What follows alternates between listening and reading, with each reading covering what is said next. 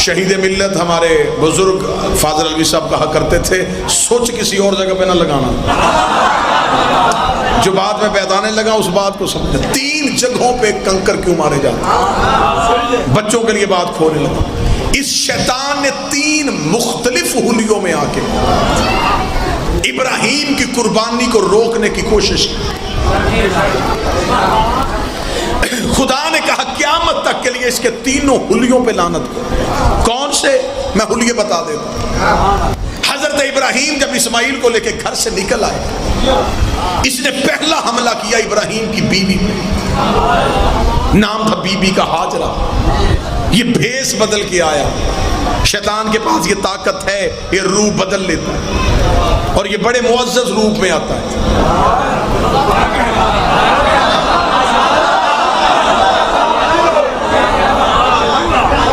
شیطان جب بھی آیا مولوی کا روپ میں آیا، ماتمی کا روپ میں نہیں آیا۔ یہ کپڑے وہی پہنتا ہے جو اسے فٹ ہو۔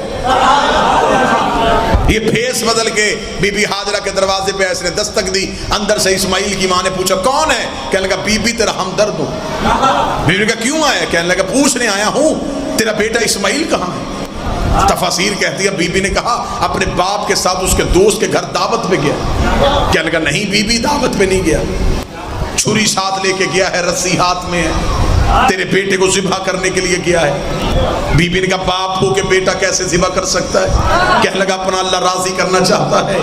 اس کے اللہ نے کہا اگر مجھے راضی کرنا بیٹا ذبح کر۔ وہ بیٹا ذبح کرنے کے لیے چلا گیا۔ کتابیں چاہو گے چھت تک ڈھیر لگانے کے لیے تیار ہو۔ اسماعیل کی ماں ابراہیم کی بیوی نے کہا مجھے کرنا کیا چاہیے؟ کہنے لگا بی بی سوچ کہہ رہی ہے دروازہ کھول گھر سے نکل، دروازہ کھول گھر سے نکل، دروازہ کھول گھر سے نکل۔ وہ سامنے ابراہیم جا رہا ہے، اس کا ہاتھ پکڑ اسماعیل کو لے کے واپس آ جا۔ ابھی اس نے کہا دروازہ کھول گھر سے باہر نکل۔ بی بی نے بند دروازے کے اندر سے کہا لا حول ولا قوت الا باللہ العلی العظیم۔ کہیں تو دروازے کے باہر شیطان تو نہیں کھڑا؟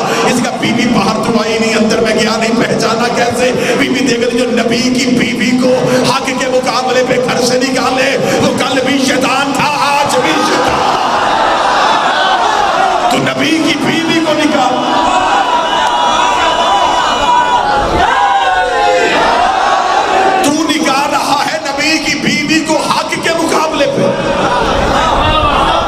تو شیطان۔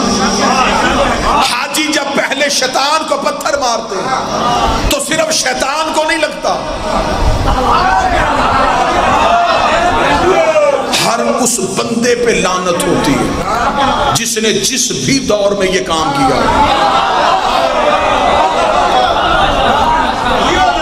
جو نہیں جا سکے ٹی وی پہ جا کے دیکھ لو، وہاں پہ شیطان کھڑے، وہاں پر تو سیمنٹ کے بڑی بڑی دیواریں بنی، پتھر دیوار کو لگتا ہے، اللہ کہتا شیطان کو لگتا ہے میرے مالی یہ تو دیوار ہے۔ فرمایا بے شک دیوار ہے لیکن میں تمہیں بتا رہا ہوں اگر کسی پہ لعنت کرنی ہو اصل نہ ملے تو شبیہ بنا لیا کرو، اگر کسی پہ عزت کرنی ہو اصل نہ ملے تو شبیہ بنا لیا کرو۔ پہلا شیطان، پہلا حلیہ، پہلا پڑھ دیا جی۔ پہلے کو پتھر اس لیے مارا جاتا ہے کہ اس نے نبی کی بیوی کو حق کے مقابلے پہ گھر سے نکالنے کی کوشش کی۔ پہلے کردار پہ لعنت ہو گئی۔ دوسرا کون سا کردار؟ یہ بھیس بدلا ہوا تھا، یہ ابراہیم کے پیچھے آیا، اسے پتا چلا کہ ہاجرہ تو آئی نہیں، اب یہ ابراہیم کے پیچھے چلا، ساتھ ساتھ چل رہا ہے۔ ابراہیم سے کہنے لگا آج باپ اور بیٹا کہاں جا رہے ہیں؟ ابراہیم نے کہا قربانی دینے جا رہا ہوں۔ کس کی؟ بیٹے کی۔ کیوں؟ اللہ کو راضی کرنے کے لیے۔ کس لیے؟ فرمایا خواب آیا ہے۔ جب خواب آیا ہے، اور قرآن بھی کہتا ہے لقد صدقت الرؤیا، ابراہیم نے خواب دیکھا تھا اس کی تعبیر کی۔ جب ابراہیم نے کہا میں نے خواب دیکھا ہے، ابلیس دیکھ کر جانے دے ابراہیم میں نے بھی کئی بار ایسے خواب دیکھے ہیں، میں نے تو کبھی اپنا بچہ ذبح نہیں کیا۔ اتنا کہنا تھا، ابراہیم نے پھیرتی ہوئی آنکھوں سے دیکھا، آواز آئی لا حول ولا قوت الا باللہ العلی العظیم۔ کیا تو شیطان ہے؟ کہنے لگا تو نے کیسے پہچانا؟ فرمایا تو نبیوں کو اپنے جیسا سمجھے، وہ بندے نہیں ہوتے، شیطان ہوتے۔ جو بھی نبی کو اپنے جیسا سمجھے، جو بھی سمجھے، اس کا مطلب ہے جب دوسرے شیطان کو پتھر مارا جاتا ہے تو صرف شیطان کو نہیں لگتا، ہر اس بندے پہ جیسا سمجھ. 2 لعنتیں پہنچ گئی جی، تیسری پہنچنے لگی. ہاجرہ پہ حملہ کیا، ہاجرہ نے پہچان لیا. ابراہیم پہ آیا، ابراہیم نے پہچان لیا. جناب ابراہیم اسماعیل کو بٹھا کے جگہ صاف کر رہے تھے کہ یہاں بیٹا لٹانا ہے. یہ اسماعیل کے پاس آ کے بیٹھ گیا. اس نے کہا یہ جلدی آ جائے گا، یہ بچہ ہے. اسے نہیں پتا تھا نبی بچپن میں بھی نبی ہوتا ہے.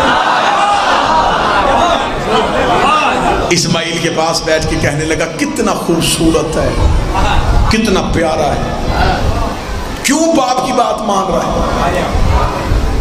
ابراہیم کی طرف دیکھ کے اسماعیل نے کہا کیا کروں؟ کیا کہا جا گھر جا، ماں انتظار کر رہی ہے.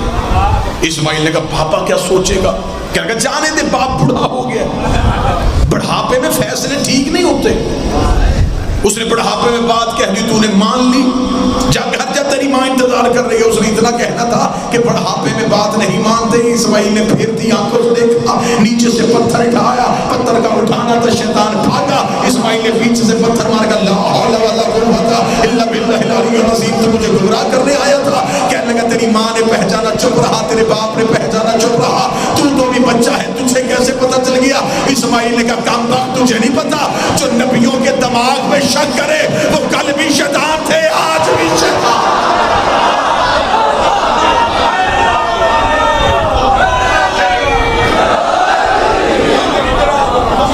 اس کا مطلب ہے جو بھی نبی کے دماغ پہ شک کرے وہ شیطان ہوتا ہے اور لعنت کا حقدار ہوتا ہے. یہاں بندے ہم پہ اعتراض کرتے ہیں کہ لعنت نہ کرو، وہاں سارے لعنت کر کے آتے ہیں. یہاں نمازیں اکٹھی پڑھو تو کافر، وہاں عرفات میں ظہر اثر، مزدلفہ میں مغرب اور عشاء اکٹھی پڑھی جاتی.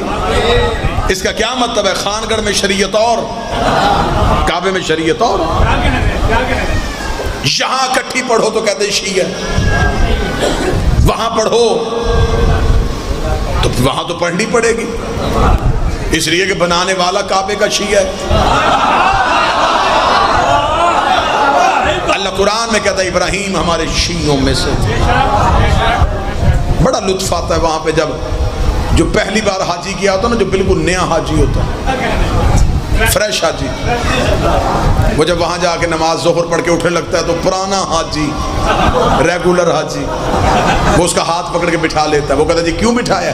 وہ کہتا کہاں جا رہا ہے؟ اس نے کہا ظہر پڑھ لی. تو اس نے کہا اثر نہیں پڑھنی. وہ گھڑی میں ٹائم دیکھتا اور ٹائم دیکھتا، حاجی صاحب طبیعت ٹھیک ہے، اثر اس ٹائم پہ؟ جی بالکل اس ٹائم پہ. کیوں؟ اس نے کہا یہاں اکٹھی پڑھتے ہیں، شام کو مغرب کے ساتھ عشاء بھی پڑھنی پڑے گی. وہ پرانا حاجی جب یہ بات کہتا تو نیا حاجی اس کے کان میں پوچھتے، حاجی صاحب یہ کام تو پاکستان میں شیعہ نہیں کرتے. اس نے چپ ہو جا، یہاں سب کچھ وہی کرنا پڑتا ہے جو شیعہ کرتے ہیں، یہاں ہر چیز وہی کرنی پڑتی ہے جو شیعہ کرتے ہیں. یہاں علم چومنا گناہ، وہاں سارے پتھر چوم کے آتے ہیں. جس پتھر کو بوسہ دیتے ہیں اس کا نام ہے حجر اسود. حجر کہتے ہیں پتھر کو، اسود کہتے ہیں کالا، کالا پتھر. جاؤ جا کے حاجیوں سے پوچھو اس پتھر کو عزت کیے بغیر کوئی بندہ اپنا حج مکمل ہی نہیں کر سکتا. آج ہمیں بندے کہتے ہیں خود ہی کپڑا لاتے ہیں، علم بنا لیتے ہیں، خود ہی لکڑی لاتے ہیں، تعزیہ بنا لیتے ہیں، خود ہی میز لاتے ہیں، منبر بنا لیتے ہیں. یہ شیعہ اپنے ہاتھ کی بنی ہوئی چیزوں کو کیوں چومتے ہیں؟ انہیں نہیں پتا یہ لکڑی ہے، انہیں نہیں پتا یہ کپڑا ہے، انہیں نہیں پتا یہ لکڑی ہے، انہیں نہیں پتا یہ پتھر کہاں کہاں سے آئے ہوئے چہرے میرے سامنے بیٹھے بندے ہم پہ اعتراض کرتے ہیں لکڑی بھی اپنی ہے، کپڑا بھی اپنا ہے، یہ پھر بھی کیوں چومتے ہیں؟ جب کعبے میں جاتے ہو اگر حجر اسود کو بوسہ نہیں لے سکتے تو وہاں پہ کھڑے علماء کہتے ہیں اگر حجر اسود تک ہاتھ نہیں پہنچتا تو اپنے ہاتھ کی ہتھیلی کو حجر اسود کی جانب کرو، پھر اپنے ہاتھ کو حجر اسود سمجھ کر چومو. میرا ہاتھ ہے مولوی کے گریبان پہ، چوما ہاتھ تھا، ثواب حجر اسود کا کیسے ہو گیا؟ وہ کہتے چومتے ہم ہاتھ ہیں، ذہن میں حجر اسود ہوتا ہے، چومتے ہم تعزیہ ہیں، ذہن میں روضہ حسین.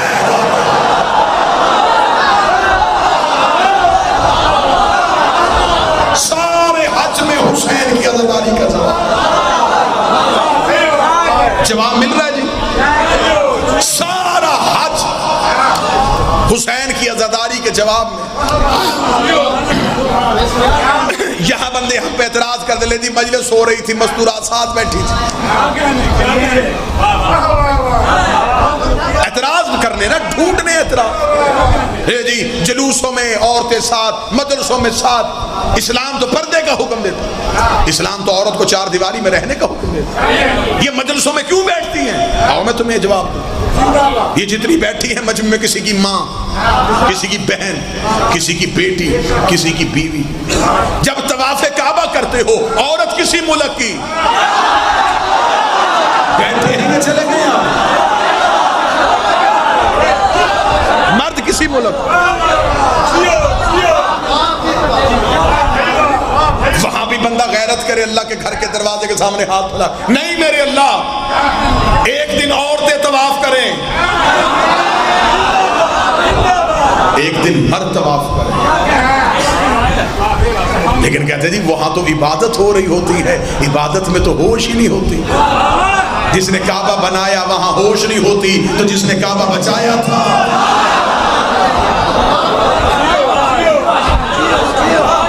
یہاں مجلس سننے کے لیے آ جائیں گے، مجلس ختم ہوگی، مجلس کے بعد کہیں لنگر کر لو. نہیں جی لنگر نہیں کرنا. نیاز چکھ لیں جی؟ نہیں جی نیاز نہیں چاہیے. میرا ایک سنی دوست میرے ساتھ مجلسوں پہ جاتا تھا اور میں اکثر دیکھتا تھا کہ وہ کھانا نہیں کھاتا تھا، ہمیشہ بہانہ کر کے بچ جاتا تھا، کھا کے آیا ہوں، طبیعت ساتھ نہیں دے رہی. ایک دن میں نے پوچھا، میں نے کہا یار میں نے محسوس کیا تو کھانا نہیں کھاتا. اس نے کہا جی مجھے کسی بڑے نے بتایا کہ جو شیعوں کے گھر سے لنگر کرتا ہے وہ کبھی نہ کبھی شیعہ ضرور ہو جاتا ہے.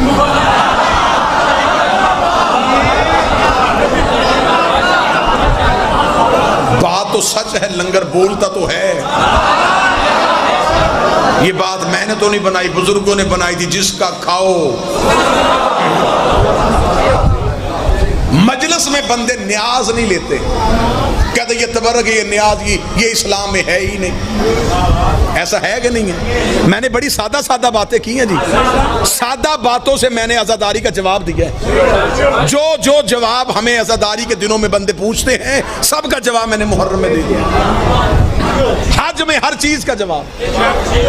یہاں بندے تبرک نہیں لینے دیتے، اسلام میں ہے ہی نہیں. تازہ تازہ حاجی حج کر گیا، اس کے گھر جاؤ، اس سے جا کے ذرا پوچھو حج صاحب کوئی حج کے قصے سنائیں، بڑے لمبے چوڑے سنائیں گے. اللہ نے بڑا کرم کر دیا، بس جی بچوں نے مہربانی کی، بھیج دیا مجھے، بڑی ان کی نوازش. باجی سب کے لیے دعائیں کی ہیں. حجر اسود میں بڑا رویا جی، طواف بڑا رو رو کے کیا جی، صفا و مروہ پہ بڑا لطف آیا جی. کیا کہنے جی، بڑا ہی اللہ نے مزہ کرم کر دیا، بڑا ہی اللہ نے شرف بخشا. پورے واقعے سننے کے بعد جب آپ اٹھ کے جائیں، اچھا حاجی صاحب اللہ نہیں تھوڑی دیر کے لیے بیٹھ، حاج صاحب اندر جائیں گے، 2 کھجوریں،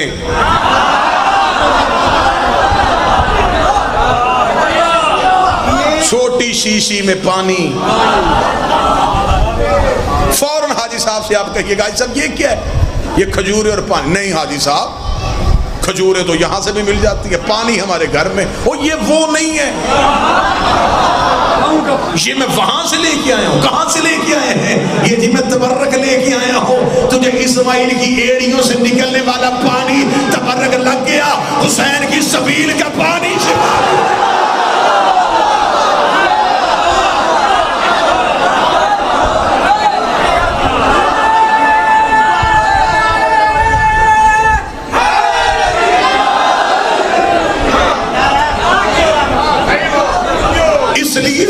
حج محرم سے پہلے رکھا ہے.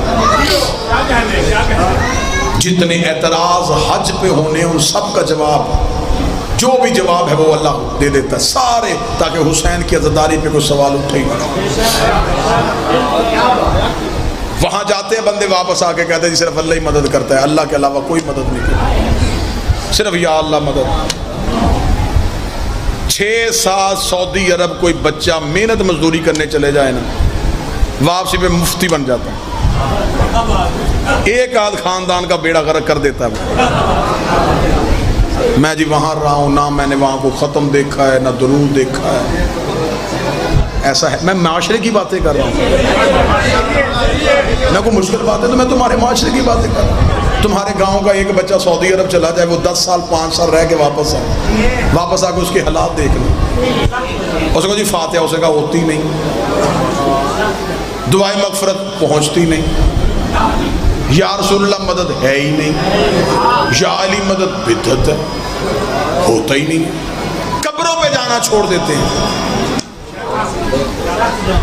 آپ جا کے مدینہ منورہ میں دیکھیں، روضہ رسول کی جالی نہیں چومنے دیں، وہاں پہ انہوں نے شرطے کھڑے کیے ہوئے ہیں، جب وہ بندہ جالی چومنے لگتا ہے، اگر آپ پاکستانی ہیں تو فوراً اردو میں کہیں گے لوہے کی جالی چوم رہے ہو، پڑھے لکھے ہو، جالی تمہیں کیا دے گی؟ واللہ بخدا میں خود گیا ہوں، میں نے اپنے کانوں سے سنا، وہ کھڑے ہو گئے ماتا محمد تو مر گئے۔ پھر وہ خانہ کعبہ کی طرف ہاتھ کر کے کہتے ہیں وہ زندہ ہے، زندہ کو چھوڑ کے مردوں سے مانگ رہے ہو۔ وہاں پہ گئے، بندے کا دماغ خراب تھا، لیکن حد ہے ان کی منافقت کی، خود روضہ رسول کی جالی نہیں چومنے دیتے اور اپنے سعودی عرب کے بادشاہ کے ہاتھ چومتے۔ ایک دفعہ ایک شیعہ عالم دین سعودی عرب حج کے لیے گئے، پتہ چلا شیعہ عالم دین ہے، انہوں نے کہا بلاؤ ذرا اس کی توہین کریں، اس کی تضحیق کریں۔ اسے بلایا گیا، بلا کے ایک دعوت کا اہتمام ہوا۔ جب دعوت کا اہتمام ہوا، سعودی بادشاہ اپنے کمرے سے نکل کے آیا تو سارے سرکاری مولویوں نے اس کے ہاتھ چومنے شروع کر دیے۔ جب وہ شیعہ عالم دین کے پاس آئے تو شیعہ عالم دین نے سعودی بادشاہ کے ہاتھ نہیں چومے، انہوں نے اپنے جیب سے چھوٹا قرآن جو سفر میں اپنے پاس رکھتے تھے وہ نکال کے اپنے ہاتھوں پہ کھول کے رکھ لیا۔ جو ہی انہوں نے کھولا اور اپنے ہاتھوں میں رکھا، سعودی بادشاہ نے ان کے ہاتھ میں کھلا قرآن دیکھا، سعودی بادشاہ قرآن کو چومنے کے لیے جھکا، انہوں نے قرآن بند کر دیا۔ سعودی بادشاہ نے قرآن کو باہر سے چوما، جب چوم لیا تو اسی وقت شیعہ عالم دین نے کہا سعودی بادشاہ اتنا بڑا شہنشاہ ہو کہ یہ کون سا چمڑوں جیسا کام کیا ہے؟ اس نے کون سا کام کیا ہے؟ اس نے کہا یہ تو نے چمڑے کی جن چوم لی ہے۔ اس نے چمڑا تو نہیں چوما، میں نے تو قرآن چوما ہے۔ انہوں نے قرآن کھول کر قرآن اندر ہے باہر چمڑا ہے، قرآن اندر ہے باہر چمڑا ہے۔ اس نے کہا میں چمڑا نہیں اندر